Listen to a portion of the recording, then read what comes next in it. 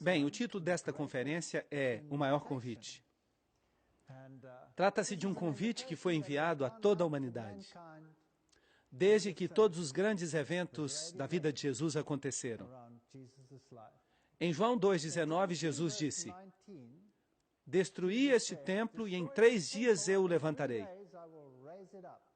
Agora, obviamente, o templo era um tipo e serviu como protótipo de quase tudo o que Jesus representava. E, em certo sentido, nós também podemos chegar a ser parte de um templo espiritual que Deus está preparando. E ele diz: "O que vencer, farei dele um pilar em minha casa, em meu templo." Portanto, há um templo espiritual que está sendo preparado. Mas aqui Jesus está falando de um templo, dizendo, este templo, e em 3 dias o levantarei. É claro, o templo era magnífico. Aqui temos uma réplica dele que foi construída em miniatura. Vocês podem encontrar esta réplica em Jerusalém. Os judeus responderam em João 2,20. Disseram logo os judeus: "Em 46 anos foi este templo edificado, e tu levantarás em 3 dias?" Mas o versículo 21 nos diz do que se trata.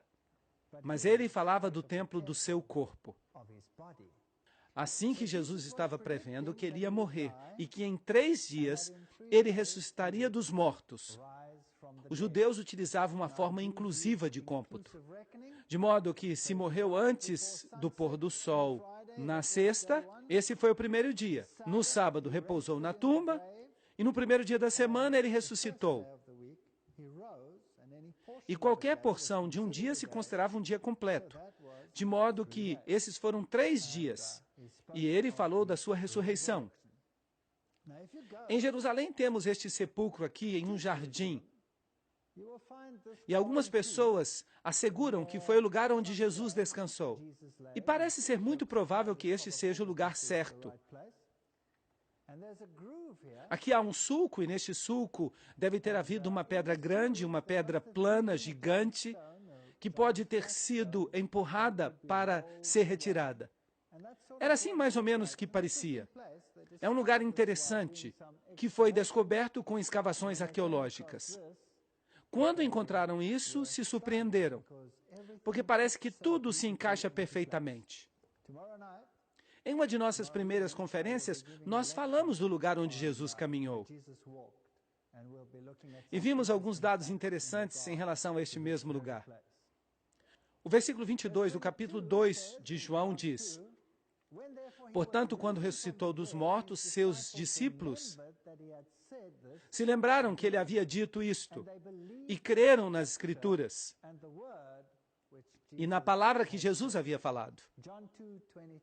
Agora, a que passagem da Bíblia estavam se referindo? Obviamente, as únicas escrituras que existiam então eram o Antigo Testamento. E no Antigo Testamento, o livro de Isaías é o lugar onde há uma história maravilhosa sobre o Messias e sobre a forma em que sofreria e morreria, e o fato de que seria crucificado entre criminosos. Eu acho que eles pensaram em textos como esse. 1 Coríntios 15, 14, 17 e 18 fala da importância da ressurreição. E se Cristo não ressuscitou, vã é a nossa pregação. Todas as grandes religiões do mundo veneram os sepulcros de seus fundadores, mas não o cristianismo.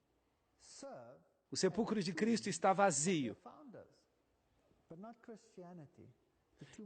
E nesta passagem está escrito: se Cristo não ressuscitou, vã é a nossa pregação, vã é também a nossa fé. E se Cristo não ressuscitou, vossa fé é vã. Ainda estais nos vossos pecados. Porque somente por meio da morte e ressurreição de Cristo podem ser perdoados os meus pecados. E isto é algo que o mundo deve compreender. Porque existe um movimento hoje que quer que todas as religiões do mundo se unam, como se estivessem todas no mesmo nível. Mas se você tira esta frase, então a salvação já não faz sentido.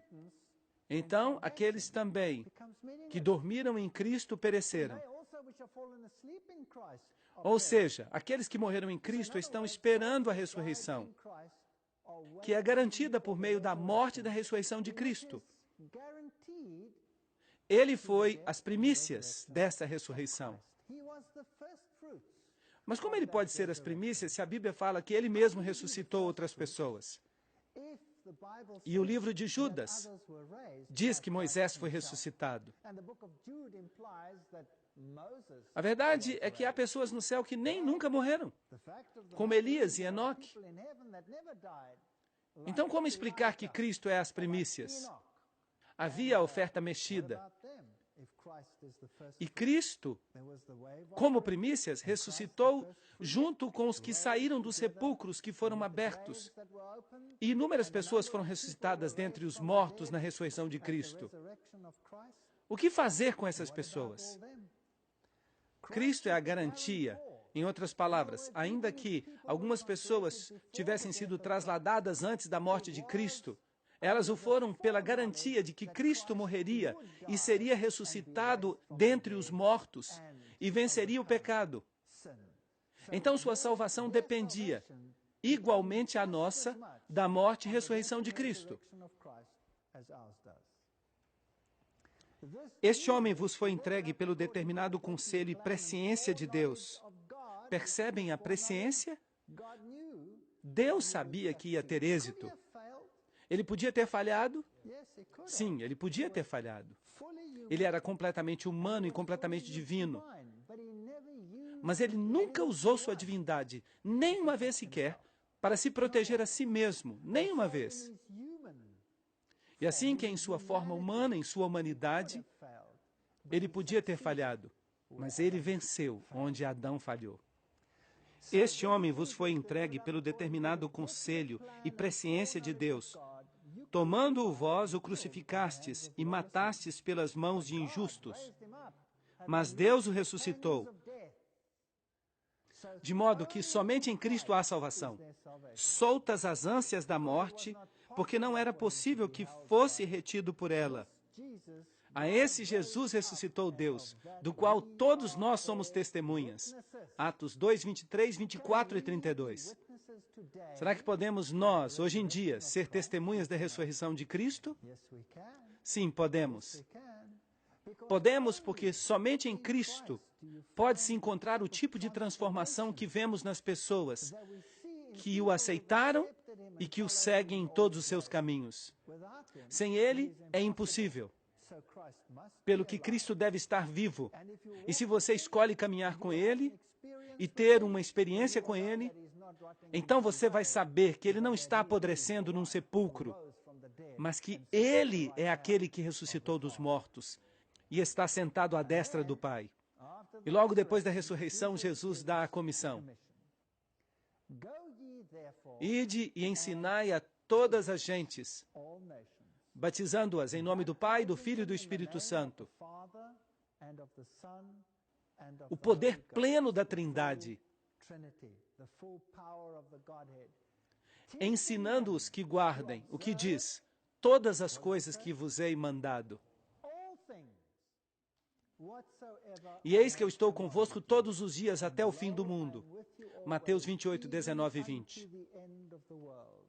Que tremenda comissão! E essa comissão abarca tudo. Não se pode deixar algo de fora, é preciso ensinar tudo. Portanto, uma relação que culmina no batismo está baseada na verdade, está baseada na palavra. Porque o que Cristo ensinou, seja através dos profetas ou pessoalmente, é a palavra de Deus. E não podemos tomar pedaços dela. Temos que tomá-la toda. Guardem todas as coisas que eu ordenei. Será que Cristo falou através dos profetas no passado? Claro que sim. Todas as coisas foram criadas por Ele e para Ele. E sem Ele nada do que foi criado se fez. Assim que tudo, desde o princípio, vem de Cristo. O batismo é mencionado 80 vezes no Novo Testamento. Isso mostra a importância dele. Eu creio que não é apenas uma coisa passageira, pois é mencionado 80 vezes. João 3:23 diz, João batizava também no Enom, falando acerca de João Batista, junto a Salim, que é outro nome para Jerusalém, porque ali havia muitas águas. Então, para batizar, é preciso um pouco de água ou uma boa quantidade de água? É preciso uma boa quantidade de água. João 3:23. Portanto, o que significa ser batizado?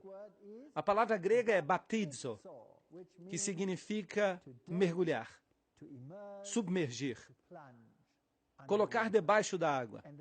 E deve haver também um significado específico, porque Deus não faz nada ao acaso. Tudo que Deus faz e diz tem sentido. Tem um significado espiritual profundo. Deus é um Deus que diz, assim é. Portanto, batizar significa mergulhar na água. E este é o Rio Jordão. E aqui está o lugar onde João Batista batizava, porque havia muita água. Mateus 3, 5 e 6 diz, e vinha a ele toda Jerusalém e toda a Judéia e toda a província ao redor do Jordão, e eram batizados por ele no Jordão, confessando os seus pecados. Mas o que é o pecado? Nós já aprendemos sobre isso. O que é o pecado? A transgressão da lei. Assim que as pessoas que não viviam em harmonia com Deus vinham aqui, confessavam seus pecados, e o batismo era um símbolo da purificação do pecado. E vinham ali e eram convencidos, porque João Batista não falava palavras indecisas, ele falava palavras claras e cortantes, certo? E eventualmente o próprio Jesus veio a João Batista. E João Batista sabia que Jesus era o Messias. E disse a Jesus, eu não vou te batizar. Tu deves batizar a mim. Eu não sou digno de desatar as correias dos teus sapatos. E Jesus disse, por agora nos convém cumprir toda a justiça. E então João o batizou.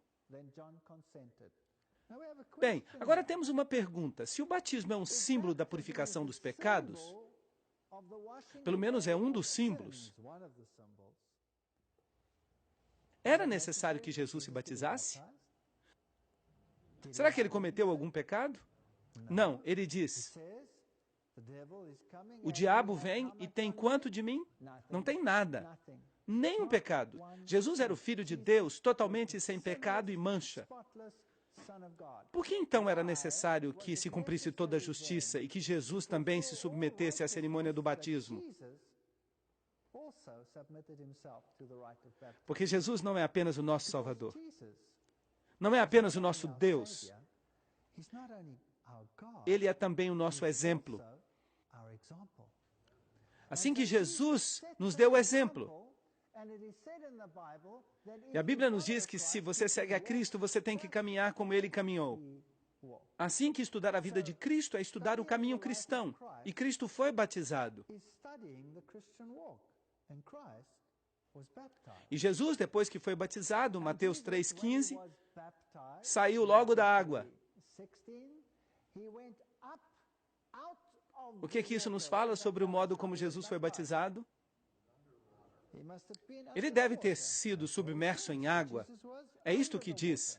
Assim que Jesus estava submerso na água, e nesse momento o céu se abriu e viu o Espírito de Deus que descia como pomba e vinha sobre ele. Mateus 3,16. Assim que o Espírito de Deus desceu, não sendo uma pomba, mas como uma pomba. Agora, como é que desce uma pomba? Suavemente, suavemente. E houve uma voz dos céus que dizia, este é o meu filho amado, aquele que eu amo, como está na Nova Versão Internacional em inglês. Em quem me comprazo, Mateus 3, 16 e 17. Quando alguém é batizado, esse mesmo privilégio lhe pertence. Quando está submerso, o mesmo lhe ocorre. o Espírito Santo desce como uma pomba.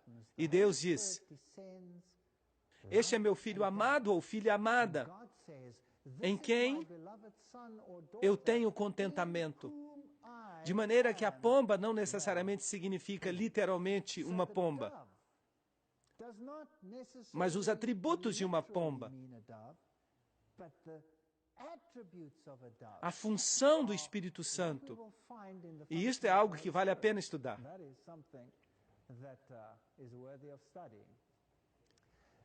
Deus ungiu a Jesus de Nazaré com o poder do Espírito Santo. Atos 10, 38. Agora, a palavra poder ali implica os meios, o mecanismo, os instrumentos, por assim dizer. Para dizer de modo simples e sem rodeios. Para fazer tudo o que ele ia fazer. Porque ele, sendo completamente humano, e contudo completamente divino, não ia utilizar sua divindade para seu próprio benefício. E em todas as coisas ele foi tentado, da mesma maneira que nós. Mas ele recorreu ao mesmo poder a que nós podemos recorrer. E ele andou fazendo o bem e sarando a todos os oprimidos do diabo, porque Deus era com ele. Atos 10, 38. De maneira que no poder do Espírito Santo, ele saiu fazendo o bem e pregando o evangelho da salvação. Por 3 anos e meio. E os fariseus haviam ouvido o que Jesus tinha feito e que batizou mais discípulos do que João. De maneira que João Batista não era o único que estava batizando. Mas Jesus mesmo não batizava. Os seus discípulos batizavam. Seus discípulos batizavam as pessoas do mesmo modo que João fazia. E por isso temos outra vez a pergunta: por que Jesus não batizava? Porque é ele que está tipificado no batismo. Ele é colocado como exemplo. Mas os seus discípulos batizavam. João 4, 1 e 2. Mas há outra coisa que é interessante sobre o batismo. Um tipo de pergunta que hoje é feita em relação ao batismo. Porque hoje em dia, acredita-se que tudo o que uma pessoa tem que fazer é simplesmente dizer: estou aqui, estou pronto. E uma pessoa então é batizada. E como Cristo pagou por tudo, nós podemos continuar vivendo como antes. Mas Jesus colocou as pessoas sob a graça e os chamou à obediência. Lembram-se disso? Nós já falamos sobre isso. E o caso clássico foi Maria Madalena. Eu tampouco te condeno. Ela foi posta sob a graça. Vai e não peques mais. Ela foi colocada de novo em obediência à lei. E nós temos esse caso particular deste alto funcionário, um tesoureiro de uma rainha. Era um eunuco, provavelmente um homem negro. Ele viajava pelo deserto, havia ido a Jerusalém, pois ele era judeu, um judeu devoto. E estava lendo a Bíblia quando Filipe lhe foi enviado. Atos 8, 26 e 28. O anjo do Senhor falou a Filipe, dizendo: levanta-te e vai em direção ao meio-dia, ao caminho que desce de Jerusalém a Gaza, que está no deserto. Então ele se levantou e foi. Se Deus fala alguma coisa, faça. E aqui um etíope, eunuco, de grande autoridade em virtude de Candace, a rainha dos etíopes, lhe ter colocado a cargo de todos os seus tesouros. De maneira que ele era ministro das finanças. Era isso que ele era. Mas ele era judeu, porque ele havia vindo a Jerusalém para adorar. Era a Páscoa.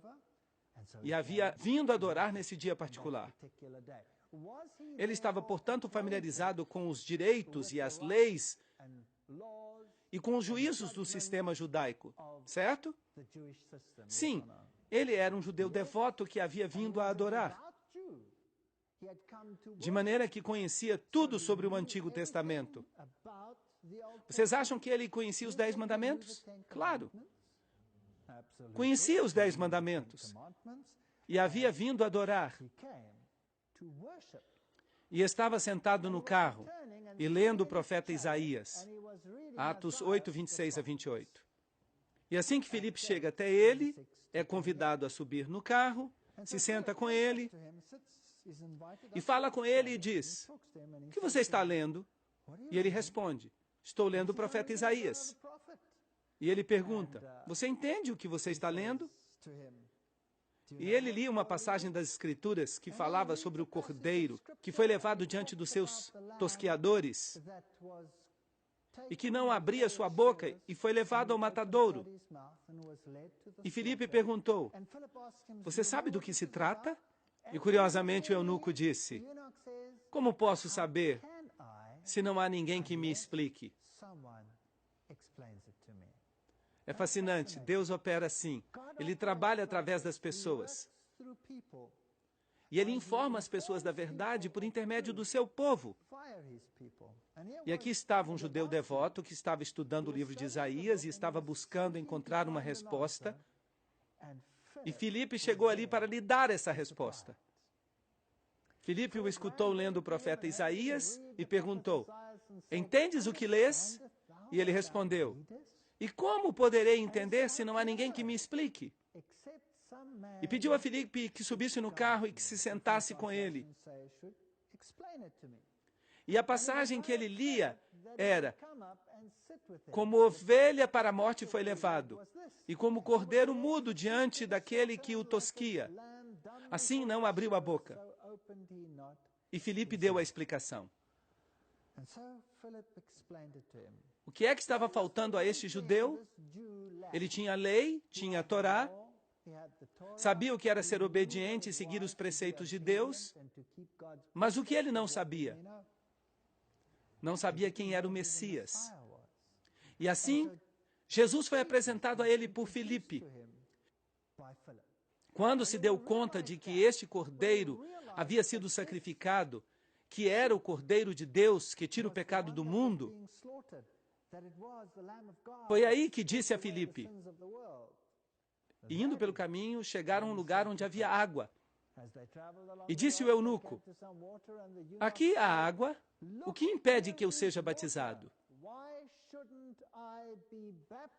E mandou parar o carro. Ele conhecia a lei, conhecia a Torá, e agora havia encontrado o tesouro do céu. Jesus Cristo, o Salvador. E por isso ele disse: o que impede que eu seja batizado? Agora, toda esta parte no livro de Atos está escrita numa estrutura de quiasmo. O que significa pergunta, resposta, pergunta, resposta, pergunta, resposta. Agora, se você tem uma das traduções modernas da Bíblia, será difícil você encontrar este versículo. Porque sua Bíblia terá o versículo 36 e o versículo 38, mas deixará de fora o versículo 37. Você pode comprovar isto se você quiser. Atos 8, versículo 37. E a pergunta a Filipe foi: o que impede que eu seja batizado? E Filipe disse: se crês de todo o teu coração, pode ser batizado. Uma resposta muito importante. De maneira que, qual era o pré-requisito para o batismo? Crer de todo o coração. E por que vocês acham que algumas traduções modernas preferem deixar fora este versículo? E dizem à margem que não estava no texto original, mas a estrutura de quiasmo, que é pergunta, resposta, pergunta, resposta, pergunta, resposta, seria destruída se deixássemos esse texto de fora. De maneira que esse texto, tal como aparece nas versões mais antigas, nas boas traduções, deveria estar aí. E disse: se crês de todo o teu coração, podes ser batizado. E respondendo disse: creio que Jesus Cristo é o Filho de Deus. Agora, vocês se lembram que ele era judeu. E Jesus havia dito, ensinando-lhes o quê? Vocês se lembram? Todas as coisas que vos hei mandado. Todas as coisas. Se me amais, guardareis os meus mandamentos. E hoje temos pessoas que não conhecem nada sobre as exigências de Deus e aceitam a Jesus como seu Salvador e pensam que podem seguir como antes, sem entrar em harmonia com os preceitos de Deus. Assim que os judeus tinham a lei e não tinham o Messias. Hoje queremos o Messias e não queremos a lei. Isso é bastante confuso. Em realidade, aqueles que guardam os mandamentos de Deus e têm a fé de Jesus, é isso que a Bíblia diz. Este é o grupo que representa todo o Evangelho. Por que Jesus morreu por nós? Porque nós estávamos em transgressão. Mas será que isso significa que continuamos em transgressão? Claro que não. Assim que é muito importante, se credes de todo o coração, pode ser batizado. E respondendo, disse, creio que Jesus Cristo é o Filho de Deus. Era isso que faltava. Ele não conhecia o Messias. E quando ele aceitou o Messias como seu Salvador pessoal, então foi batizado. E desceram ambos à água, Filipe e o eunuco, e o batizou. Atos 8, 36, 38. Assim que em todos os exemplos que temos, vemos que a Bíblia fala de um batismo, e que é um batismo de imersão. Agora, se nós formos até a igreja primitiva, veremos que na igreja primitiva também se batizava por imersão. Aqui está uma cruz bizantina e uma antiga igreja bizantina. E é claro, está em ruínas. E se você caminha através dessas ruínas, há um antigo tanque batismal, na qual se batizavam estas pessoas. Você percebe? É preciso entrar por estas escadas, e ali era o lugar onde batizavam. Assim que a igreja primitiva, depois de Cristo, batizava por imersão. Esta aqui também é uma igreja bizantina, que foi construída ali onde viviam os essênios. E estas igrejas primitivas todas tinham tanques batismais com escadas que levavam para baixo. E aqui é um deserto, onde não há muita água, mas tinham um tanque batismal pequeno, mas o batismo era por imersão, o que era certamente possível numa fonte como esta. Se você visita as igrejas antigas, elas também nos revelam um método que se utilizava nos tempos anteriores. Esta é uma igreja do primeiro século, em Filipos. Aí está o tanque batismal no qual as pessoas eram batizadas. E se você me pergunta, de onde se originou o batismo por aspersão ou por infusão, que coloca água sobre a fronte de uma criança? Bem, então você vai ter que ir a Roma para descobrir. É aí onde o costume se origina. Mas se você vai às igrejas mais antigas de Roma, também ali você encontra grandes pias batismais. E aqui, na Capadócia, na Turquia, a cidade oculta de alguns cristãos na Idade Média, ali também o batismo era por imersão. E havia estes tanques batismais profundos, aos quais se tinha acesso por escadas. O batismo era por imersão. Alguns dos relevos e algumas das pinturas que temos desse período inicial, se vamos à Rússia, por exemplo, aqui temos o batismo do russo Vladimir o Grande, uma pintura na igreja primitiva bizantina. Hoje ali está uma igreja ortodoxa, e é um vestígio disso. Também vemos o seu batismo por imersão. E aqui temos um relevo antigo, no qual Cristo está sendo batizado. É um afresco da África. E ali está ele em pé na água, e tem água até a sua cintura. Então, onde é que está o batismo infantil? Se a Bíblia fala de batismo por imersão. E se a Bíblia diz, se crês de todo o coração, pode ser batizado. Será que uma criança pode crer de todo o coração? Será que uma criança pode tomar uma decisão? Quem toma a decisão pela criança? Os pais tomam a decisão pela criança. A criança não pode tomar uma decisão ainda, não tem capacidade de compreender, e por isso o fazem os pais.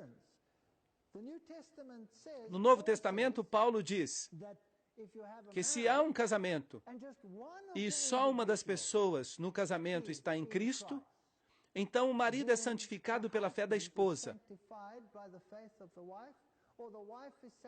Ou a esposa é santificada pela fé do esposo. E além disso, o que diz? Ou vossos filhos seriam imundos. 1 Coríntios 7,14. É um texto fascinante. Em outras palavras, quando vemos os bebês e as crianças pequenas, a responsabilidade da sua criação e de seu crescimento e de sua capacidade final para tomar uma decisão por si mesmos, esta responsabilidade recai sobre os pais. E por isso, o que Jesus fez com as criancinhas? As abençoou. E disse, deixai vir a mim os pequeninos, e não os impeçais. E as abençoou. E repreendeu a seus discípulos quando tentaram impedir que as crianças viessem a ele. Mas o batismo infantil não é bíblico. Vem de um rito antigo. Vem de Babilônia. Porque as crianças eram assim dedicadas neste sistema na antiguidade. Inclusive, tomavam algumas crianças e as submergiam. Mas a maioria era feita por infusão ou aspersão. No 6º século depois de Cristo, temos a introdução do batismo infantil. O Deus Jano, aquele de cabeça dupla, o que olha para frente e para trás, e que é equivalente à águia das duas cabeças, é dele que vem, porque supostamente ele nasceu 2 vezes. A água benta era usada para os batismos, e ela era criada tomando uma tocha do altar e submergindo-a na água, que depois se convertia em água benta. E hoje é a mesma coisa. Tomam uma vela, em alguns ritos, do altar, e a submergem na água, e simboliza o Deus Sol, submergindo nas águas da matriz, para renascer como Horus, o Salvador. É, portanto, daqui que vem este ritual. É daqui que vem a água benta. E por isso, a seguinte maldição foi pronunciada sobre os desertores da Igreja Católica: que o Filho que sofreu por nós o amaldiçoe, que o Espírito Santo que sofreu por nós no batismo o amaldiçoe. Seja maldito aquele que diz que são os adultos que devem ser batizados. Este é o livro História do Romanismo, página 510. Assim que Roma introduziu o batismo infantil para entrar em harmonia com os antigos ritos pagãos. E você pode ver que é daí que ele se origina, porque no rito pagão o Espírito Santo e Horus são a mesma entidade. Juno é a pomba, o símbolo do aspecto feminino da divindade, de modo que se considera o culto luciferiano. Então, Lúcifer é ao mesmo tempo homem e mulher. Juno e a pomba, que também é considerado como Espírito Santo. Nós lemos isso nos livros de Alice Bailey. E o que é interessante aqui é que diz que todos são um. Que o Espírito Santo que sofreu por nós no batismo o amaldiçoe. Será que o Espírito Santo sofreu no batismo da Bíblia? Não, o Espírito Santo desceu suavemente como pomba sobre Jesus. Quem é que ia sofrer e morrer? Jesus ia sofrer e morrer. E certamente o batismo que teve lugar não reflete esse batismo, mas reflete a submersão e a morte do Deus Sol, mas não de Jesus Cristo. Assim que a maldição do catolicismo romano, ela se refere ao batismo de adultos e nos diz de onde ela vem. O cardeal James Gibbons, na fé dos nossos pais, responde a esta pergunta. Por vários séculos depois do estabelecimento do cristianismo, o batismo foi conferido por imersão. De maneira que Roma admite isso, que a imersão total era a forma através da qual o batismo era realizado. Mas desde o século XII, a prática do batismo por infusão, isto é, derramar água sobre a fronte, passou a prevalecer na Igreja Católica, já que desta maneira o batismo era realizado com menos inconvenientes do que o batismo por imersão. Será que isso faz sentido? Isso não faz nenhum sentido. João 3,3 diz: em verdade te digo, o que não nascer de novo não pode ver o reino de Deus. Assim que nascer de novo representa morte e ressurreição, o batismo representa morte e ressurreição. Ressurreição que experimentamos em Cristo. Não foi até o Concílio de Ravenna, em 1311, depois de Cristo,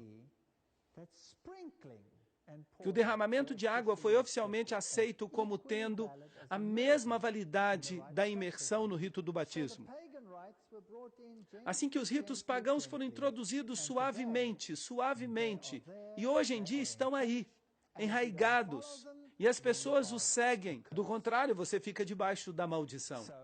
Assim que, como todas as doutrinas estranhas que temos no mundo cristão de hoje, temos que ir a Roma para encontrá-las. Este sistema no qual a Igreja e o Estado trabalham lado a lado para obter uma forma unitária de religião, que será a adoração final do anjo com a tocha, o anjo caído, Lúcifer. Roma é muito impressionante, espetacular. Esta é a estátua de Moisés que foi esculpida por Michelangelo. E tem um pequeno talho no joelho. Nos dizem que Michelangelo olhou para a estátua e disse que era perfeita. E a atingiu no joelho com o cinzel e disse: anda. Mas é claro que ela não se levantou. Só recebeu um pequeno corte no joelho. Esta é a história que contam, eu não sei se é verdade. E o grande Pontifex Maximus, o Pontífice Máximo, é o grande construtor de pontes para tomar o lugar de Jesus Cristo. Ele que é a ponte entre o céu e a terra. Certamente o Papa não é o Pontífice Máximo, Jesus Cristo é. Assim que, como todos esses sistemas, nós descobrimos que Roma é que está por trás de tudo. É ela que recebe os elogios e a adoração hoje. Afirma-se que o batismo infantil traz a criança à família de Deus. E afirmam que este é o novo pacto que cobre todas as famílias. O batismo é uma consequência da aceitação de Jesus Cristo como seu Salvador pessoal, de haver aprendido todos os preceitos de Cristo, de havê-los aceito, de estarmos conscientes de que somos pecadores vivendo em transgressão à lei de Deus e que nossa única esperança é que a mancha seja lavada no sangue do Cordeiro e que assim caminhemos em harmonia com Cristo, em seu poder, por meio dele. O batismo é isso, e as crianças simplesmente não podem compreender isso. E aqui está uma pia infantil que encontramos no Vaticano. Não há espaço para imersão ali. A Bíblia diz em Efésios 4:5, um só Senhor, uma só fé, um só batismo. Mas quantos batismos há aí fora no mundo?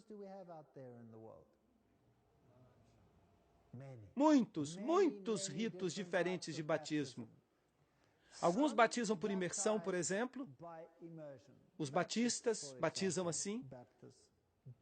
Outros praticam o batismo infantil. Outros praticam o batismo infantil por infusão. Outros não praticam batismo com água. Afirmam que praticam apenas um batismo espiritual. Uns praticam batismo por imersão, submergindo uma vez. Outros praticam o batismo por imersão, submergindo 3 vezes, em nome do Pai, do Filho e do Espírito Santo.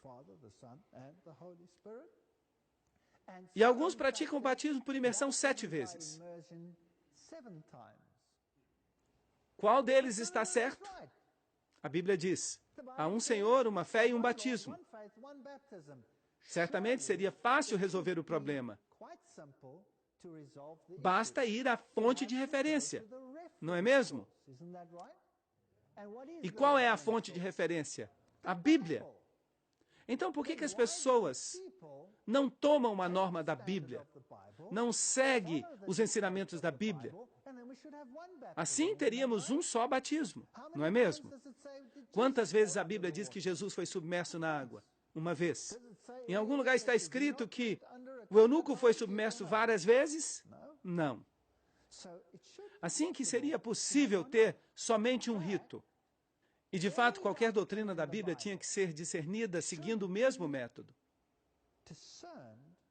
Se uma igreja diz que é de um jeito e outra diz que é de outro jeito, e as igrejas estão divididas todo o tempo sobre esses assuntos, certamente deveríamos ir à palavra de Deus e dizer: é isto que diz a palavra, façamos desta maneira.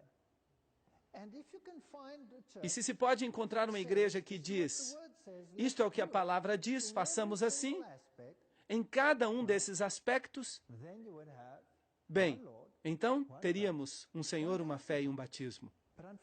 Mas infelizmente não vivemos num mundo assim. Então vamos dar uma olhada no simbolismo do batismo para que possamos ver o que ele realmente significa. Em 1 Pedro 3:21, a água simboliza o batismo, não tirando as imundícias da carne com a aspiração de uma boa consciência para com Deus, mas nos salva pela ressurreição de Jesus Cristo. Assim que quando alguém é batizado, o que está comemorando? A ressurreição de Cristo. Mas agora o mundo cristão lá fora quer se lembrar da ressurreição de Cristo fazendo o quê? Observando o quê? Observando o domingo. Isso não é bíblico. Não é bíblico. Você comemora a ressurreição de Cristo mediante a participação no batismo. E sabem o quê? A Bíblia nos diz algo interessante. Ela nos diz que uma pessoa é batizada e ressuscita em Cristo.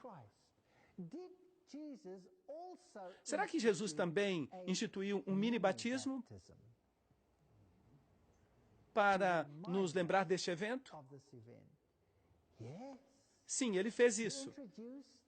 O lava-pés. E ele disse: fazei isso todas as vezes em memória de mim. Fazei o que digo, e bem-aventurado sereis se o fizerdes. O lava-pés é um mini-batismo que nos lembra do batismo do renascimento que tivemos. Em certo sentido, você caminha pela vida e recolhe um pouco de pó aqui, um pouco de pó ali. E o rito solene da comunhão, quando você participa do corpo e do sangue de Cristo, é acompanhado então do lava-pés. E a Bíblia diz claramente que temos que fazer isto. Bem-aventurado sereis se o fizerdes, João 13:17. Mas muito poucos o fazem. Em verdade te digo, que se não nasceres da água e do Espírito, não podes entrar no reino de Deus, João 3:5. Mas será que o homem que estava na cruz, o ladrão, vai estar no céu um dia ou não? Sim. Ele foi batizado? Não. Então, como pode esse texto ser verdade? Bem, se você não tem uma oportunidade de fazê-lo, Deus julgará a sua intenção, o seu coração. E o que sabe fazer o bem e não o faz, diz a Bíblia, isso é pecado. Tiago 4:17. Deus passa por altos tempos de ignorância, Atos 17:30. Devemos levar todas essas coisas em conta. Em verdade te digo que quem não nascer da água, se não tem a capacidade e sabe, deve nascer da água e do Espírito. Sem o Espírito, não pode entrar no reino de Deus. E isto é algo muito sério, João 3:5. Portanto, Se lemos sobre o que aconteceu na igreja cristã primitiva, quando essas conversões começaram a ocorrer, eles ficaram profundamente comovidos pelas palavras dos discípulos, depois de haverem crucificado a Jesus, e disseram: irmãos, que faremos? E Pedro lhes disse: arrependei-vos. Que significa isto? Dar a volta. Alguém ia numa direção e agora vai na direção oposta. Alguém estava em pecado e transgressão e agora vai para o outro lado. E seja cada um batizado em nome de Jesus Cristo. Atos 2, 37 e 38. Em outras palavras, a questão que está em jogo é que Jesus era o Messias, a quem eles haviam crucificado. Eles quebraram a lei e crucificaram a Cristo, porque a lei diz: não matarás. E eles o fizeram, de maneira que tiveram que se arrepender, tiveram que aceitar a Jesus Cristo como seu Salvador pessoal e tiveram que ser batizados. Atos 2, 38 e 39. Arrependei-vos e batize-se cada um de vós em nome de Jesus Cristo para perdão dos pecados e recebereis o dom do Espírito Santo. Pois a promessa é para vós e para os vossos filhos e para todos que estão distantes, para todos que invocarem o nome do Senhor nosso Deus. E algumas pessoas dizem que esse texto concorda com o batismo de crianças. Mas não é isso que ele diz. Ele diz que quando se aceita Cristo, então será abençoado de acordo com o Antigo Testamento em milhares das suas gerações. Deus atua segundo a decisão que tomamos. Assim damos a Deus o direito de interferir na nossa própria vida e de nos proteger. E recebereis o dom do Espírito Santo.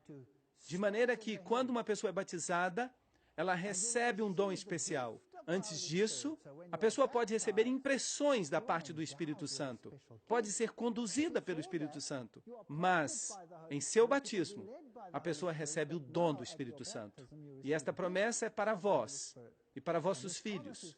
Porque os filhos estão cobertos pela decisão e pela fé dos pais. E para todos que estejam distantes, para todas as pessoas, para todos aqueles que invoquem o nome do Senhor nosso Deus. Assim que esta promessa vale para todos. 1 Samuel 15, 22 diz: é melhor obedecer do que sacrificar. Assim que se Deus diz isto, e se Deus diz que uma pessoa teria que se arrepender e ser batizado, então é melhor fazê-lo.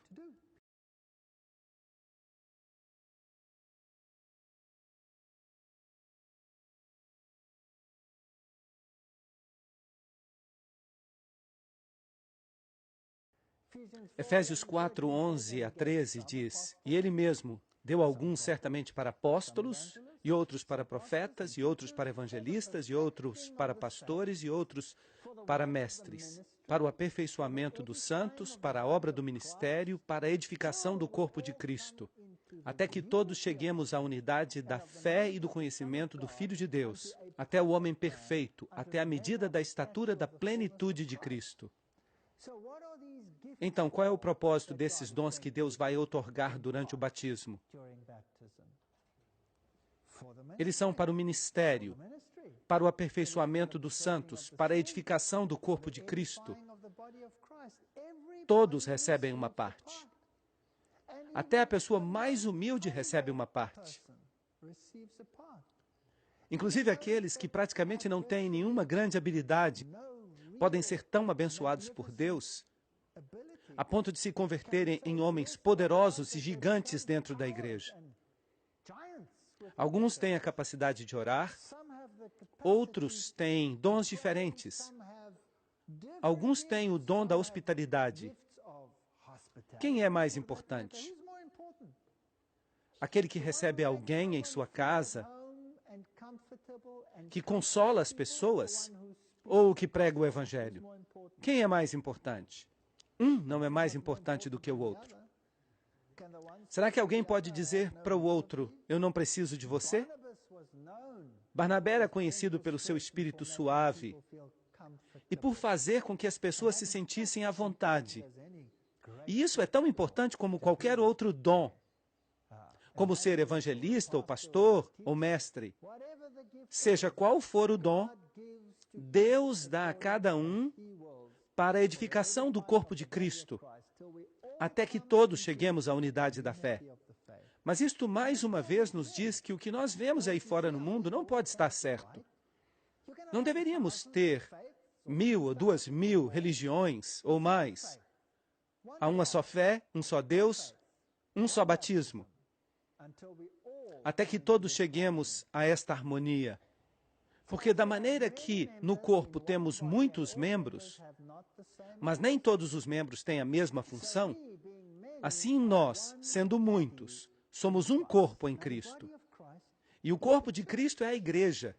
E será que os membros do corpo poderão fazer parte integrante de diferentes corpos que ensinam coisas diferentes? O que vocês acham? Se há uma verdade, um batismo, uma fé, podemos ter diferentes religiões e diferentes ensinos sobre assuntos que absolutamente não são bíblicos? Quando os comparamos com a Bíblia, sim ou não? Não. Sem dúvida, temos que entrar em harmonia quando se trata dos assuntos da fé. Assim, nós, sendo muitos, somos um corpo em Cristo. E somos todos membros uns dos outros.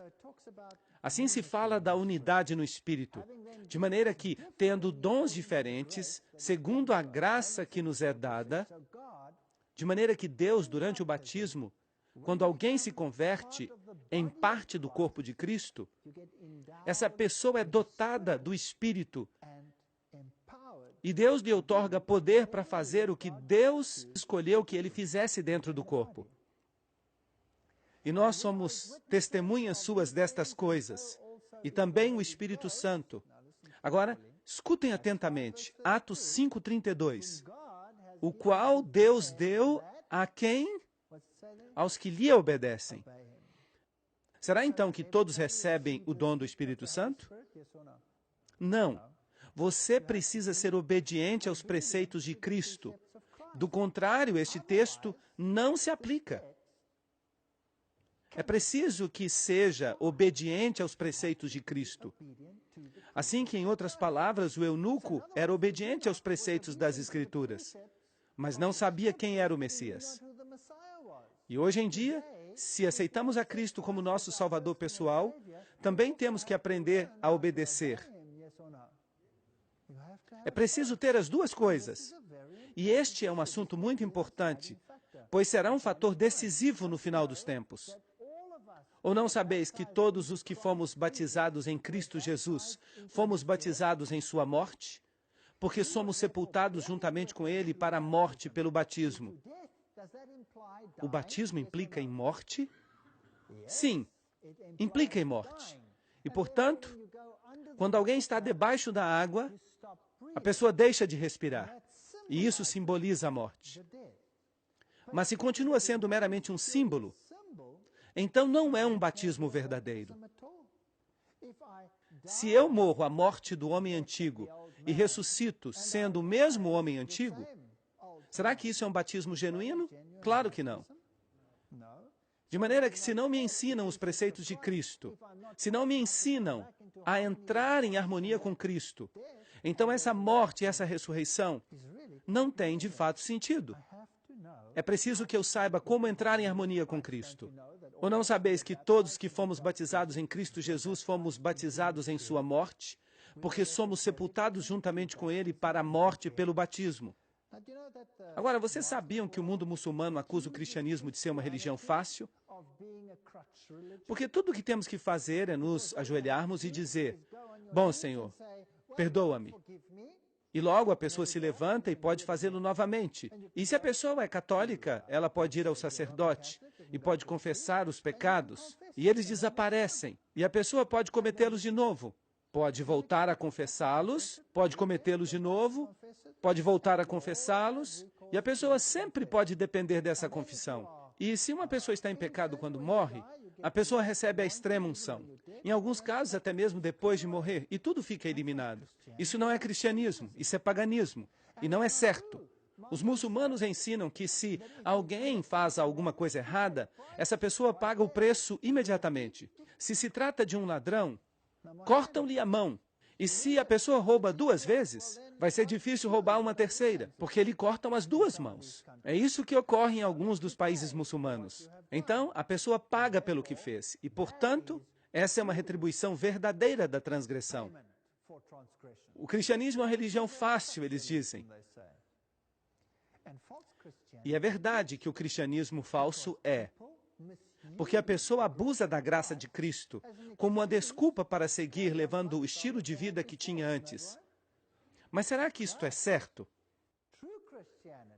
O verdadeiro cristianismo exige uma pena de morte, de tal maneira que a pessoa morre e é sepultada com ele por meio do batismo na morte,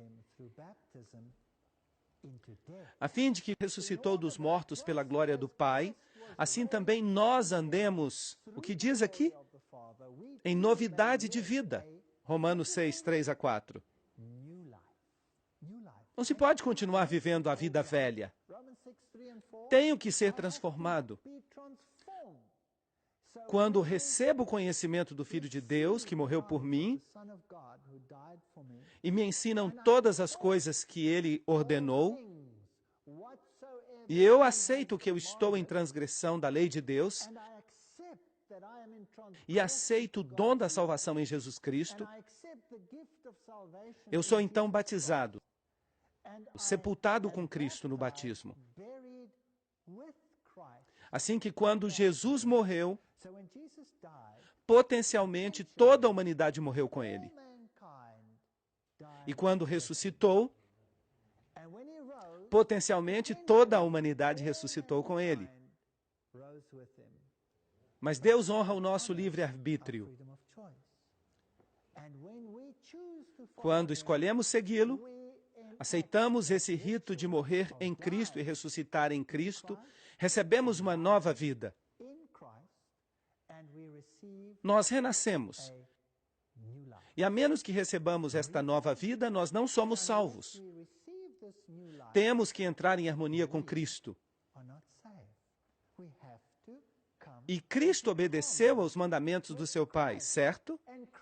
Então, será que devemos observá-los nós também?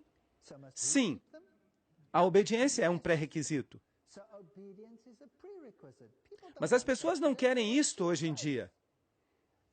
Elas querem uma graça barata. Dizem, tudo o que tenho que fazer é crer e eu sou salvo.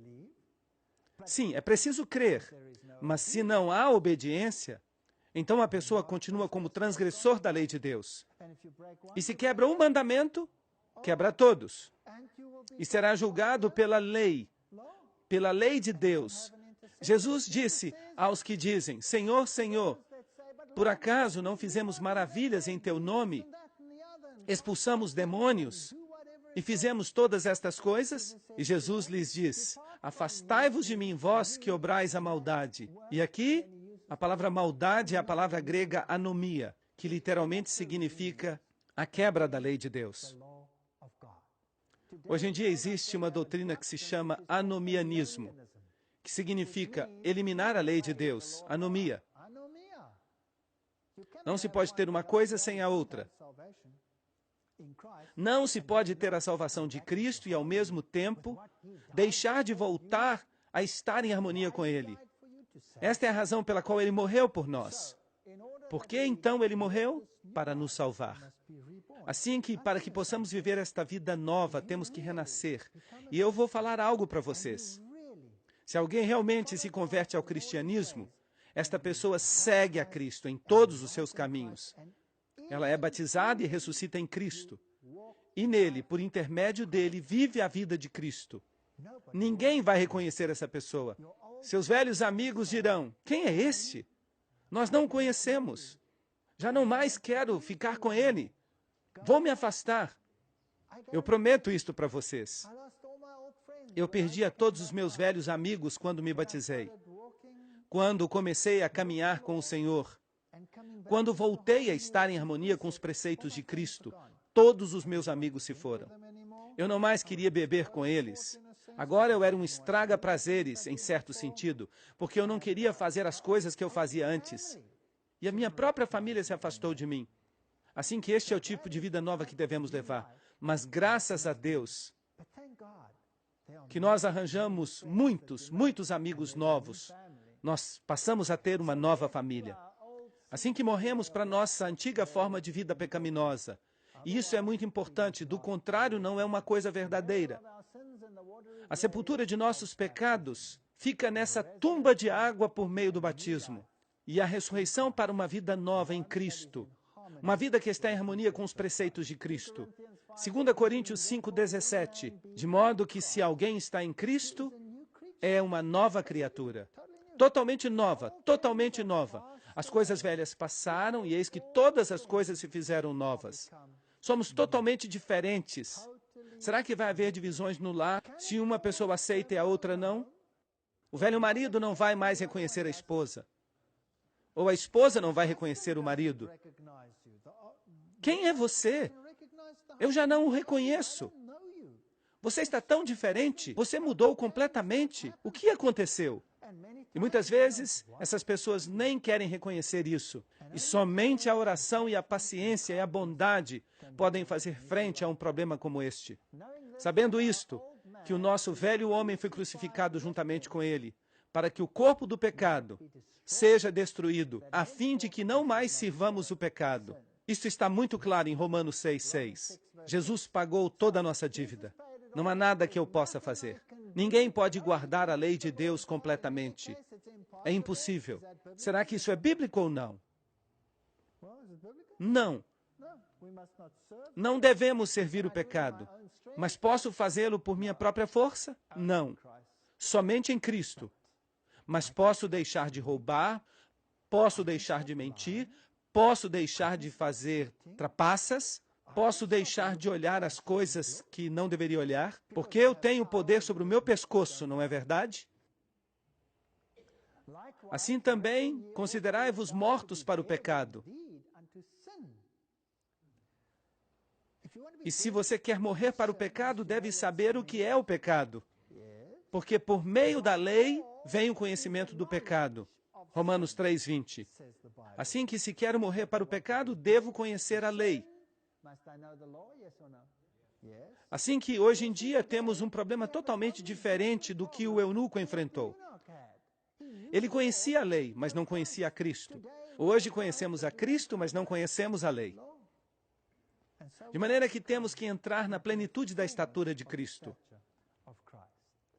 Assim também, considerai-vos mortos para o pecado, mas vivos para Deus em Cristo Jesus, o nosso Senhor. Romanos 6:11. Morremos com Cristo no rito do batismo. Somos ressuscitados como uma nova pessoa, totalmente nova, brilhantemente nova. Mas se você compra um carro novo, quantos defeitos o carro tem quando você o compra? De fato, se você pega o seu carro novo, um pequeno amassado ali, o que você vai dizer ao vendedor? Que é isto? Mas depois de conduzir o mesmo carro por 20 anos, já ninguém mais se importa. Mas quando o carro é novo, as pessoas são muito exigentes, não é verdade? Assim como está brilhantemente novo, quantos amassados pode haver num carro novo? E o que acontece se você está dirigindo esse carro e começa a ouvir um barulho? Você volta logo à concessionária e pergunta, o que está acontecendo? Eu pensava que era um carro novo. Novo significa novo. Uma pessoa totalmente nova. Quantos defeitos, quantos pecados, quantos problemas tem esse indivíduo? Não tem nenhum. Tudo acabou. Você se apresenta diante de Deus como se nunca tivesse pecado. Com Cristo, estou crucificado. Estive morto, mas agora vivo. E já não vivo eu, mas Cristo vive em mim. Assim que se me vanglorio e digo, eu tenho o poder de fazer isto agora. Isso tampouco é bíblico. Em Cristo que eu agora vivo na carne, vivo na fé do Filho de Deus, o qual me amou e se entregou a si mesmo por mim. Gálatas 2:20. Isso é fantástico, é fantástico. Será então que eu viro uma marionete de Cristo? Cristo não me controla como uma marionete e diz, você é uma marionete, tem que fazer isto e aquilo. Não, eu tenho uma liberdade de escolha. Eu escolho seguir a Cristo. E cada dia o diabo me pergunta, por que você está fazendo isso? Você está louco? Veja o que eu tenho para oferecer a você. Mas ele tem um monte de lixo, ele não tem nada. E assim que eu escolho, dia após dia, a seguir a Cristo. O batismo comemora a morte, o sepultamento e a ressurreição de Cristo. É isso que ele faz. Em segundo lugar, simboliza a morte, o sepultamento do velho homem de pecado. E em terceiro lugar, representa a ressurreição para uma vida nova em Cristo Jesus. E em quarto lugar, indica a purificação do pecado. Atos 22:16. É isso que o rito do batismo representa. É um simbolismo. Quando a gente sobe das águas, o que aconteceu com Jesus? A pomba desceu. Assim que quando a gente sobe das águas, somos uma nova pessoa em Cristo. Então recebemos o dom do Espírito, do jeito que Deus quer. Vocês sabem que muitas pessoas ficam sentadas na igreja perguntando-se: qual é o meu dom? Eu não tenho nenhum dom. Nada aconteceu comigo que eu me lembre. Eu pergunto, se não estão dispostos a caminhar com Cristo, será que vão ter uma experiência com Ele? Muitas pessoas usam os seus dons o ano inteiro e nem se dão conta disso. O que crer e for batizado será salvo. Marcos 16:16. Esse texto é usado tão incorretamente hoje em dia. Crer significa tudo. Só é preciso crer. Mas é preciso crer de todo o coração. Atos 8:37. Varões, que faremos? Pedro lhes respondeu: arrependei-vos. Isto significa entrar em harmonia com os preceitos de Cristo. E batizem-se, lavem-se, renasçam. E batize-se cada um de vós no nome de Jesus Cristo. Porque nele vivemos e nos movemos e somos. Assim que os que receberam a palavra foram batizados. Mas será então que algumas pessoas não receberam a palavra? Claro, muitos não a receberam. E se acrescentaram naquele dia 3.000 pessoas. Atos 2:41. De modo que foram acrescentadas ao corpo de Cristo 3.000 pessoas. Esse foi um batismo em massa no Jordão. Hoje em dia acontece um batismo em massa no Jordão. Muita gente vai ao Jordão para ser batizada. Milhares e milhares para serem batizados. E eu me pergunto, será que eles entendem a plenitude do rito do batismo? É agradável ser batizado por imersão, porque essa é a maneira bíblica. E de fato a Igreja Adventista do Sétimo Dia aceita o batismo por imersão. Até mesmo se foi feito em outras igrejas, desde que tenha sido feito na maneira bíblica. Nesse caso, uma pessoa pode se tornar membro simplesmente por profissão de fé. Aqui está uma jovem sendo batizada em um lago, mas a Igreja Católica diz que era menos inconveniente fazê-lo dessa maneira. Bem, Cristo fez isso. E eu fiquei surpreso com esta pessoa. Eu tirei esta foto na Alemanha, onde esta jovem foi batizada. Vocês podem ver o gelo ali flutuando ao redor? Incrível, incrível. Essa é uma determinação em ser batizada. Concordam comigo? Isso é determinação. Vamos dar uma olhada nos passos para a salvação. Vamos ver isso de acordo com a Bíblia. Número 1. A pessoa tem que aceitar. A pessoa tem que aceitar o sacrifício de Cristo, Romanos 3:23. A pessoa tem que crer que Ele é o caminho, a verdade e a vida. E tem que crer que esta é a forma de fazê-lo, Atos 16:31. Número 3, a pessoa deve confessar, 1 João 1:9. E deve haver uma decisão, Apocalipse 3:20. Devemos ter todos estes 4 componentes. Romanos 3:23 diz: porquanto todos pecaram e estão destituídos da glória de Deus. Todos somos pecadores, portanto todos devem nascer de novo para entrar no reino dos céus. É preciso ser uma pessoa nova, uma pessoa em harmonia com Cristo, porque ninguém vai entrar no céu de outra maneira. Portanto, é preciso nascer de novo, pois todos pecaram. Atos 16:31 diz: e eles disseram: crê no Senhor Jesus Cristo e serás salvo, tu e tua casa. A fé abarca os filhos. Maravilhoso. Todos pecaram. E é preciso que eu o aceite. E devo crer nos méritos de Cristo. Eu tenho que confessar os meus pecados. Se confessarmos os nossos pecados, Ele é fiel e justo para nos perdoar os nossos pecados. De modo que, se tem um batismo sem confissão, será que isso vale? Não. E eu os limparei de toda maldade, 1 João 1,9. Eis que estou à porta e bato. Se alguém ouvir a minha voz e abrir a porta, entrarei em sua casa e cearei com ele e ele comigo. Apocalipse 3:20. É isso que eu mais gosto no caráter de Deus. Ele não força ninguém.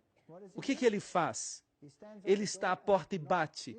Ele não arromba a porta para entrar. Então, o que a pessoa deve fazer no final das contas? A pessoa deve aceitar o convite. Deve abrir a porta e convidá-lo a entrar em sua vida. Agora já sabemos o que significa o batismo. Significa também que passo a fazer parte da Igreja de Cristo quando sou batizado? Porque por um Espírito somos todos batizados. Não 10 Espíritos, não 20, nem 1000, nem 2000. Um Espírito. Somos todos batizados em quantos corpos? Em um corpo. Quer que sejamos judeus ou gregos. Agora, lembrem-se que a palavra judeu se utilizava para os primeiros cristãos também, e que ainda se consideravam judeus. Quer que sejam servos ou livres, pois a todos deu de beber de um mesmo Espírito. 1 Coríntios 12:13. Só há uma verdade, não há 10 verdades, milhares de verdades. E o Senhor acrescentava a cada dia à igreja os que eram salvos. Atos 2:47. Assim que quando alguém aceita o rito do batismo, quando alguém aceita Jesus como seu salvador pessoal, quando alguém se batiza, a pessoa se converte e passa a fazer parte do corpo de Cristo. E este corpo de Cristo, que doutrinas ensina? Todas as doutrinas. Porque por um só Espírito fomos todos batizados em quantos corpos? Em um corpo. E Ele é a cabeça do corpo que é a igreja. Colossenses 1:18. Sim, o batismo por imersão é pessoal, mas também é corporativo. Quer dizer que a pessoa passa a fazer parte do corpo de Cristo. Mas, e essa história do rebatismo? Se uma pessoa foi batizada, mas digamos que não foi batizada da maneira que está de acordo com a totalidade do princípio bíblico, o que acontece então? Será que deve ser batizada de novo? Vamos ver o que ocorreu em Atos 19:1-5. Paulo, depois de passar pelas regiões superiores, chegou até Éfeso. E falando a certos discípulos, lhes disse: recebestes o Espírito Santo quando crestes? Eles haviam aceitado a Cristo, eram crentes. E eles lhe disseram: nem sequer ouvimos que há um Espírito Santo. E então lhes disse: em que, pois, fostes batizados? E eles disseram: no batismo de João. Agora, João pregou o batismo de arrependimento. Mas o batismo em Cristo implica em fazer parte do corpo de Cristo e receber o dom que lhe outorga poder para pregar a Cristo. E disse Paulo: João batizou com o batismo de arrependimento, dizendo às pessoas que crescem naquele que viria depois dele, isto é, em Jesus Cristo. E quando ouviram isto, foram batizados no nome do Senhor Jesus. Atos 19:1-5. E algumas denominações dizem que, bem, isso significa que só devemos batizar no nome do Senhor Jesus. Mas o próprio Senhor Jesus disse: batizem em nome do Pai, do Filho e do Espírito Santo. Esta é a parte messiânica. É preciso primeiro se dar conta de quem é o Messias. Mas quando a pessoa é batizada, ela é batizada na plenitude da divindade. Uma pessoa não é batizada proporcionalmente ou apenas em parte. Sem Cristo não há salvação. Mas Cristo e o Pai são o quê? São um. Não se pode batizar em um sem ser batizado no outro. É impossível. Assim que o batismo por imersão, e às vezes o rebatismo, é necessário. Mas se a pessoa acredita que recebeu um batismo bíblico, então Como já falei, a Igreja Adventista do Sétimo Dia reconhece esse batismo. E a pessoa pode fazer parte do corpo que guarda os mandamentos de Deus e tem o testemunho de Jesus por profissão de fé. Mas se uma pessoa crê que é melhor ser batizada na plenitude da verdade, então o rebatismo também é bíblico. Deus trabalha através da sua igreja, e isto é muito importante. Atos 9:6. Aqui está um dos maiores discípulos de Cristo. Tremendo e temendo, disse: Senhor, que queres que eu faça? Aqui está Paulo. Paulo, no caminho para Damasco, tem uma visão. Ele vê Jesus Cristo e se dá conta de que está em transgressão, de que está perseguindo Cristo, enquanto ele está perseguindo aos seus seguidores. E se arrepende disso e diz: Senhor, o que queres que eu faça? E o Senhor lhe responde: Sabe, Paulo, eu te chamei para que sejas um apóstolo aos gentios e quero que tu vás a todas as partes do mundo e pregues o evangelho de Jesus Cristo. Não foi isso que aconteceu. Isso não aconteceu nem mesmo ao poderoso Paulo. Eu vou lhes contar o que ocorreu de fato. O Senhor lhe disse: Levanta-te e entra na cidade, e ali te dirão o que deves fazer. Isso não é fascinante? Deus não trabalha fora do seu corpo. Ele guia as pessoas. Ele conduz as pessoas. Mas, em última análise, ele sempre as leva para o corpo. Foi então Ananias e entrou na casa. Esse era o discípulo que Deus havia escolhido, dentre os irmãos, para dizer a Paulo o que ele tinha que fazer. E, impondo-lhe as mãos, disse: Irmão Saulo, o Senhor Jesus, que te apareceu no caminho por onde vinhas, me enviou para que recebas a vista e sejas cheio do Espírito Santo. Atos 9:17. Esse é um texto muito importante. Deus não chama as pessoas de fora para ir dizer ao corpo o que este deve fazer. Ele envia essas pessoas ao corpo para que o corpo lhes diga o que devem fazer. Isso faz sentido? Assim que estes são princípios bíblicos muito importantes, pelos quais podemos comprovar a solidez da nossa fé. Aqui está a paciência dos santos, os que guardam os mandamentos de Deus, e a fé de Jesus. Apocalipse 14:12. No final dos tempos, Deus operará para que haja um corpo que não apenas pregue o batismo por imersão e a salvação em Cristo, e em Cristo apenas, mas que também ensine todas as coisas, todos os preceitos de Cristo. E da mesma maneira como Cristo deu um exemplo em todas as coisas, eles também têm que dar o exemplo de todas as coisas. Se Cristo disse: Eu te dei o exemplo no lava-pés, então esta denominação deve praticar o lava-pés. Se Cristo disse: Batismo por imersão, então esta denominação deve batizar por imersão. Se Cristo disse: Se me amais, guardareis os meus mandamentos, então esta denominação deve guardar os mandamentos. Certo ou errado? Todas estas coisas devem estar em harmonia com a palavra. E se não estão, então temos um problema. E a mensagem dos 3 anjos? Há apenas uma denominação no mundo que prega a mensagem dos 3 anjos. Não há outra. Vocês podem procurar o mundo inteiro, de norte a sul, de leste a oeste. Só há uma denominação cristã que ensina a mensagem dos 3 anjos.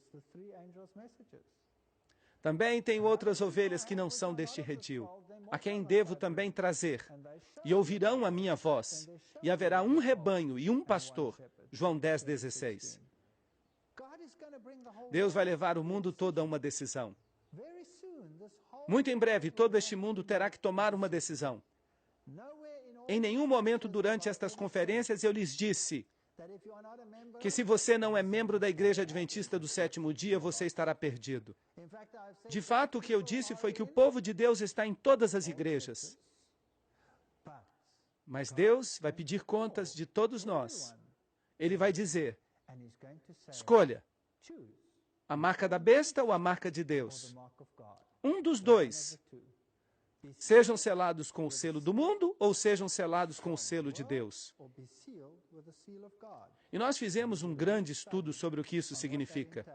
O selo de Deus, o sábado, é um símbolo de obediência ao doador da lei em todos os aspectos. E as ovelhas terão que escutar, seja de um modo ou de outro. Mas não te peço somente por estes, mas também pelos que hão de crer em mim pela palavra deles. Assim que a pregação da palavra faz parte do evangelho da salvação, para que todos sejam um, como tu, ó Pai, em mim e eu em ti, que também eles sejam um em nós, para que o mundo creia que tu me enviaste. João 17, 20 e 21. E ele disse, eu não te peço pelo mundo, eu oro por aqueles que estão dispostos a obedecer. E eu sei que nós passamos por muitas coisas juntos. Eu sei como eram as coisas nos dias de antigamente. Assim também será em nossos dias. Mas eu não estou desanimado. Sabe, nós temos visto os números declinarem e declinarem e declinarem. Mas isto é normal. Quando nós pregamos a plenitude da obediência em Cristo e a aceitação de Jesus Cristo como Salvador pessoal, esta não é uma mensagem popular. Como seria se pregássemos alguma coisa menos problemática? De maneira que, se você pensa que este é um ensino duro, e se pergunta, será que realmente eu tenho que mudar a minha vida? Será que de verdade eu tenho que morrer? Será que o velho homem de pecados tem mesmo que ser enterrado? Será que não posso ficar com um pouquinho dele? Será que não posso ficar com um pouco de transgressão? Será que eu tenho mesmo que entrar em harmonia com todos os preceitos do Decálogo? Será que não posso continuar observando o domingo, por exemplo? Será que isso não é possível? Este é um ensino duro e exige muita entrega. Sim, exige muita entrega. João 6,60. Ao ouvir essas coisas, muitos de seus discípulos disseram, dura é esta palavra, quem a pode ouvir? E João 6,66. E naquele momento, muitos dos seus discípulos voltaram atrás. E já não caminhavam com ele. Nós vimos a mesma coisa acontecer aqui, durante estas conferências, a mesma coisa. João 6,67. Jesus disse aos 12, quereis por acaso ir também com eles? E o que responderam? Simão Pedro respondeu, Senhor, a quem iremos? Apenas tu tens as palavras da vida eterna. Sim, só há uma verdade. E essa verdade é o caminho, a verdade e a vida. E conduz a Cristo. E Cristo nos leva à obediência. Então não há outro caminho. Portanto, estamos diante de uma decisão. Vou fazer isto ou aquilo? Se quero ter vida e sei o que é correto, mas não faço isso, então o que isso significa para mim? Diz a Bíblia que é pecado. E por isso eu tenho que tomar uma decisão. Alguns vão dizer, há muitas coisas que eu não compreendo ainda. Há muitas coisas que eu não entendo. Não posso tomar uma decisão ainda. Não entendo muitas coisas. Mas por quanto tempo poderão adiar isso desta maneira? Talvez para sempre? Eu também não entendo todas as coisas, certamente que não. Eu acho que eu vou continuar aprendendo para o resto da minha vida, até mesmo durante a vida eterna. Vejamos o que a Bíblia diz sobre esta questão.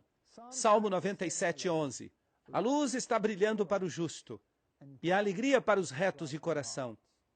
Eu acredito que todos que estamos sentados aqui hoje, nós estivemos juntos em toda esta série de conferências. Nós fizemos muitas coisas juntos, mas vocês continuam sentados aqui. De modo que eu sei que vocês receberam esta luz. Eu sei que não foi fácil, mas vocês ouviram. Salmo 112, 4. Resplandeceu nas trevas a luz para os retos. E você começa a entender como tudo se encaixa. Há tantas perguntas. Por que isto? Por que aquilo? Por que não é de outra maneira? Como podemos todos pertencer à mesma coisa? Como é que se pode salvar? Todas estas perguntas, se você é realmente reto de coração, Deus vai lhe dar a resposta. Salmo 119, 130. A exposição de tuas palavras ilumina. De maneira que se não está baseada na palavra, se não é bíblica, então essa luz não é necessariamente de Deus. Provérbios 4, 18. Mas a senda do justo é como a luz da aurora, que vai brilhando mais e mais até ser dia perfeito. De maneira que vai brilhando mais e mais, à medida que continuemos a avançar. Ninguém pode chegar a um ponto em que diga, eu já sei de tudo. O que você sabe é que você descobriu uma coisa. Eu posso pegar um conto, eu posso pegar um livro de ciências. Eu sou professor de fisiologia. E há um livro de fisiologia que eu sempre usei. Eu uso há tanto tempo que eu nem mais preciso me dar ao trabalho de abri-lo. Você pode vir às minhas aulas e eu consigo recitá-lo de memória. Mas ele fica na sala. Eu não necessito abri-lo. Pois o livro não muda, é exatamente o mesmo. Ontem, hoje e amanhã. É claro que a gente precisa se manter atualizado, mas eu não me preocupo com este livro. Mas a Bíblia eu já estudo faz 16 anos. E ainda hoje eu fico grandemente impressionado pelo que eu leio no versículo que eu já pensava conhecer.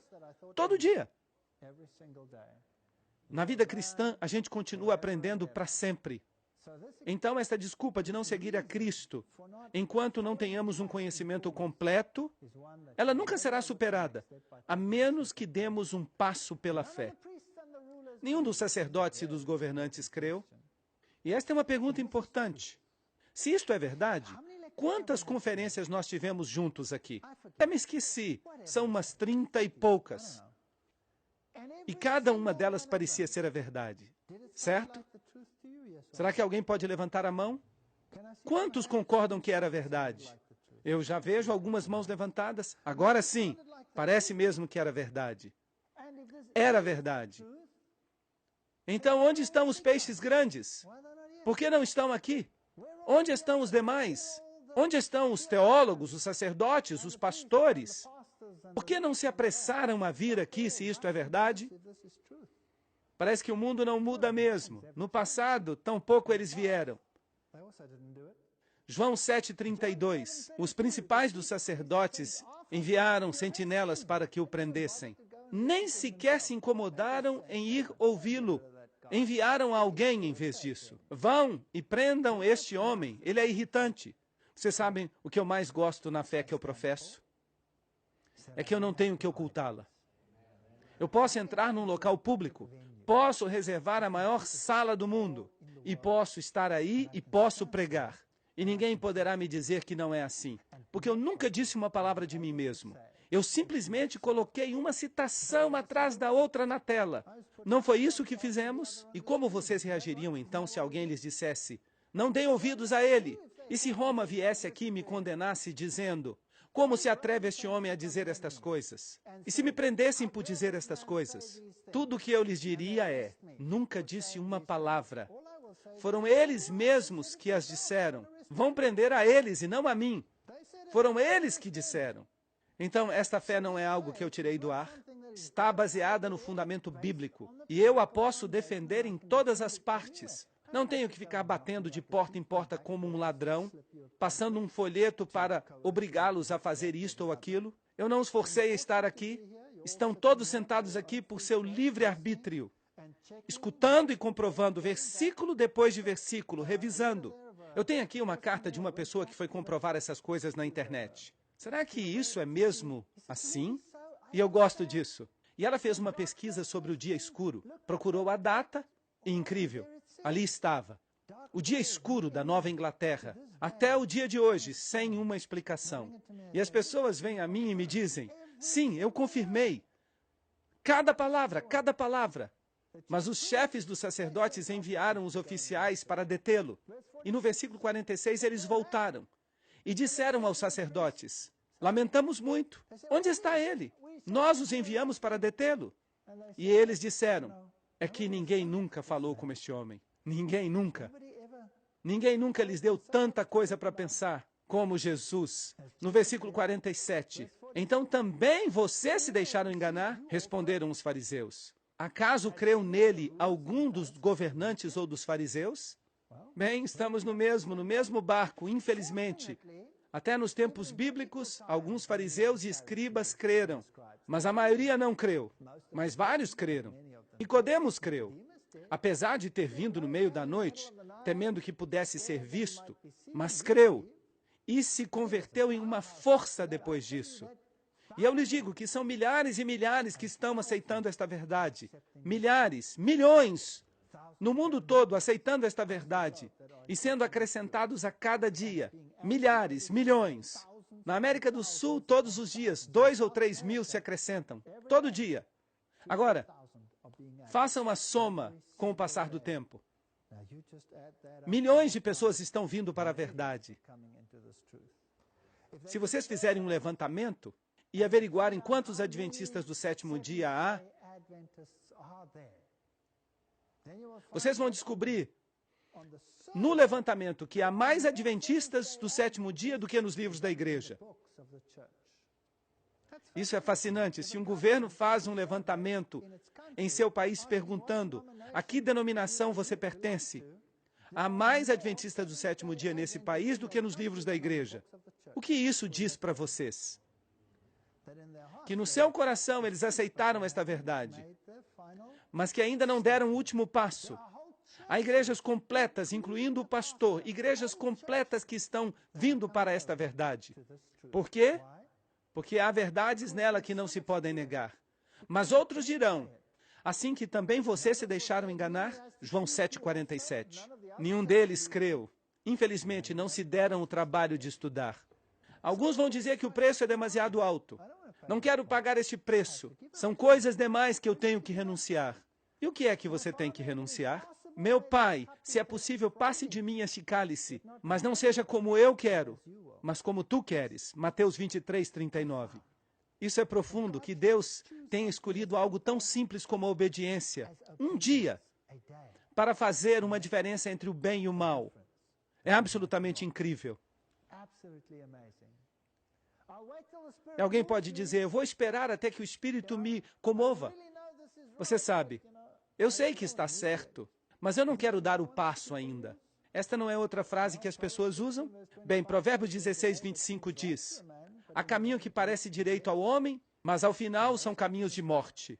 Você sabe que algo é correto, faça-o. Eu não sou um desses evangelistas que fica aqui na frente colocando pressão, porque durante todo este tempo eu falei à mente de vocês e ao coração de vocês. E agora eu gostaria que seu coração e sua mente trabalhassem juntos. Esta é sua decisão, não minha. Eu não tenho que forçá-los.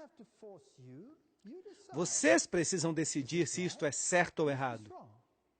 Mas talvez, de fato, você ainda tenha dúvidas. Isso acontece. E você esteja dizendo, eu desejo aprender mais acerca disto, porque eu creio que é correto. Ou, em vez disso, você pode dizer, eu não quero aprender mais nada sobre isso. A decisão é sua, de ninguém mais. Talvez você diga que uma decisão vai causar divisão. Eu sei que se eu aceitar isso, minha esposa ou meu esposo vai se assustar. Eu poderia perder o meu noivo, a minha noiva, o meu trabalho, a minha família. Todo mundo vai ficar louco. A minha família ficou louca. O meu primo me disse isto francamente. Ele me disse, eu nunca mais vou pôr o pé em tua casa. Éramos os melhores amigos. Sempre estávamos juntos. Comíamos juntos, bebíamos juntos. Ríamos juntos. Chorávamos juntos. E ele não voltou mais à minha casa em 16 anos. É algo duro. Na minha família, há alguns que sabem que isto é a verdade, mas não querem dar o passo. É incrível, assombroso. E famílias inteiras que simplesmente aceitam isso. E eu não consigo entender, eu fico doido. Sou tão zeloso. Famílias inteiras, pai, mãe, tio, namorado, namorada. Eu dei estudos bíblicos em minha casa a um grupo de pessoas. Há uma jovem que estava namorando com o meu filho. E foi o meu filho que a trouxe para o estudo bíblico.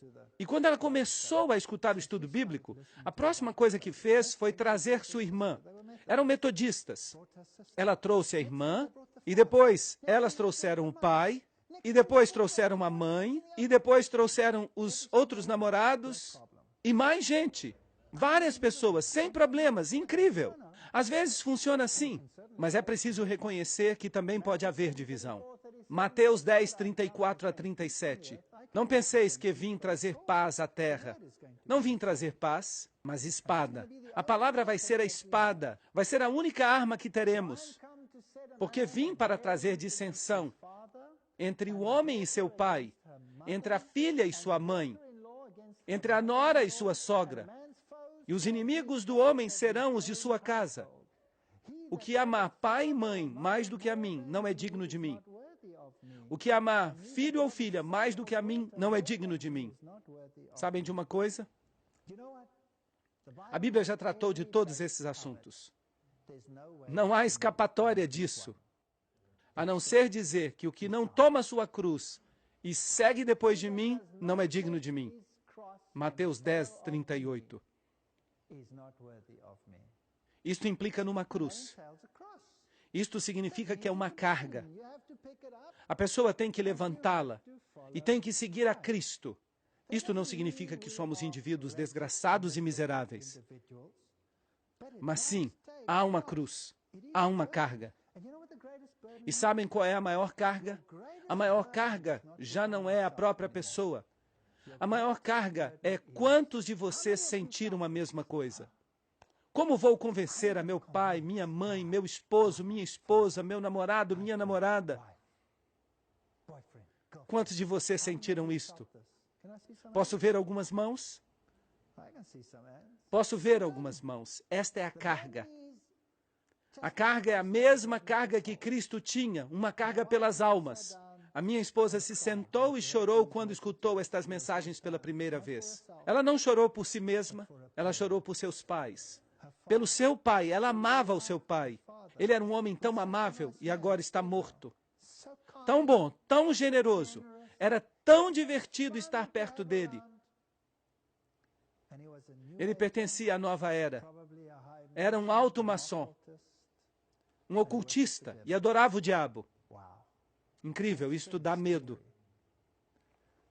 Não sei o que aconteceu com ele no final. Cuidamos dele até que ele morresse. Melhor dizendo, a minha esposa cuidou. E até o final de sua vida, nunca mais disse uma palavra negativa. E o que se passou com ele em sua mente está entre ele e Deus. Eu desejo, eu espero, eu creio que eu vou vê-lo na ressurreição. Mas temos uma cruz e é preciso levantá-la. Agora sim, diz o Senhor, o teu Criador, ó Jacó, o teu Formador, ó Israel, não temas, porque eu te redimi. Eu te pus o nome, tu és meu. Isaías 43, 1. Você acha que Deus vai deixá-lo sozinho com essa cruz? Para levá-la sozinho? Não. Ali está escrito, eu te criei, eu te coloquei um nome. Não há nada a temer. É Ele que diz, não temas. Esta foi a nossa temática. Estes foram os temas sobre os quais discutimos. E há muito mais. Nós nem sequer começamos ainda. Nós tivemos algum seminário sobre Daniel? Não. Nós demos um toque ou outro sobre Daniel. Será que nós tivemos um seminário do Apocalipse? Não. Nós demos um toque ou outro sobre o Apocalipse. E por que eu estou falando desses livros? Porque eles se referem particularmente ao nosso tempo, ao final dos tempos. Nós nem sequer falamos de Isaías, que é um resumo da Bíblia em uma palavra profética. O meu livro favorito, Isaías, é incrível. Há tantas admoestações neste livro. Nós nem sequer lemos os Salmos juntos para determinar o que dizem. Alguns deles são escatológicos, alguns deles são messiânicos, alguns deles são consolatórios, alguns falam sobre o significado do arrependimento, mas nós não lemos a Torá juntos, não fizemos nada disso. Nós demos uma visão panorâmica sobre esses preceitos e princípios. Há muita coisa ainda para aprender e vocês vão continuar aprendendo mesmo depois que eu for embora. Eu não vou estar aqui, mas não sou eu em quem vocês estão interessados. Vocês estão interessados em Jesus Cristo. É Ele que realmente importa. E quando vocês passam a fazer parte de um corpo, vocês servem a Jesus Cristo. Você não fica olhando ao redor dizendo, aquela pessoa está fazendo isso, aquela outra pessoa está fazendo aquilo. Não é da nossa competência saber se as pessoas estão fazendo bem ou não. A nossa competência, a nossa tarefa é seguir a Cristo e seguir os seus preceitos e entrar em harmonia. E isso significa que eu posso ir ao meu irmão e dizer, irmão, por que você continua fazendo isso quando a Bíblia, em realidade, diz isto e aquilo? Em amor, nós podemos fazer isso. Não há nada de mal nisso. Não esperem a perfeição, mas esperem a verdade. E não se deem por vencidos, até que hajam encontrado toda a verdade. Sigam a Cristo e Ele vai ajudá-los. Não temam, Ele os redimiu. Assim que nós não terminamos todos os assuntos ainda, mas nós chegamos num ponto no qual podemos tomar uma decisão. Por isso, eu gostaria de convidar a todos os que tomaram uma decisão, a todos que chegaram à conclusão de que isto é verdade, eu gostaria de convidá-los a que fiquem no final desta conferência para que possamos discutir como vocês poderão continuar. Para onde ir depois disto? O que fazer para cumprir com o rito do batismo? Ou se você não está pronto ainda, o que deve fazer? Onde você pode obter mais coisas? Não podemos simplesmente fugir do corpo de Cristo. Atos 2:47. Eram acrescentados a cada dia. Portanto, eu gostaria de convidar a todos os que estão convencidos e que ouviram esta verdade até agora, a que fiquem aqui depois que terminarmos. E vamos falar brevemente, apenas brevemente, com respeito ao que fazer no caminho daqui por diante. E alguns de vocês sentem que talvez estejam prontos para o batismo. Eu quero unir-me ao corpo. Outros talvez se sintam de maneira diferente. É somente uma decisão, mas antes disso, oremos. Pai Celestial, graças, Senhor, pela verdade. Graças pela palavra que é verdade. Desde a primeira página até a última. E graças pelo exemplo que Tu has dado em Cristo Jesus.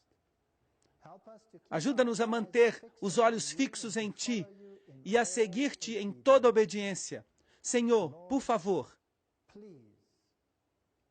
entra no nosso coração e na nossa mente e ajuda-nos a tomar decisões corretas, a fim de que Te sigamos por onde quer que Tu nos guies, e não aos lugares onde os homens tentam nos levar. Graças por cada uma das pessoas que esteve aqui a cada noite. E graças, Senhor, porque Tu estás falando ao nosso coração. Senhor, há muitos que conheceram esta verdade, que a conhecem faz anos, incluindo eu mesmo.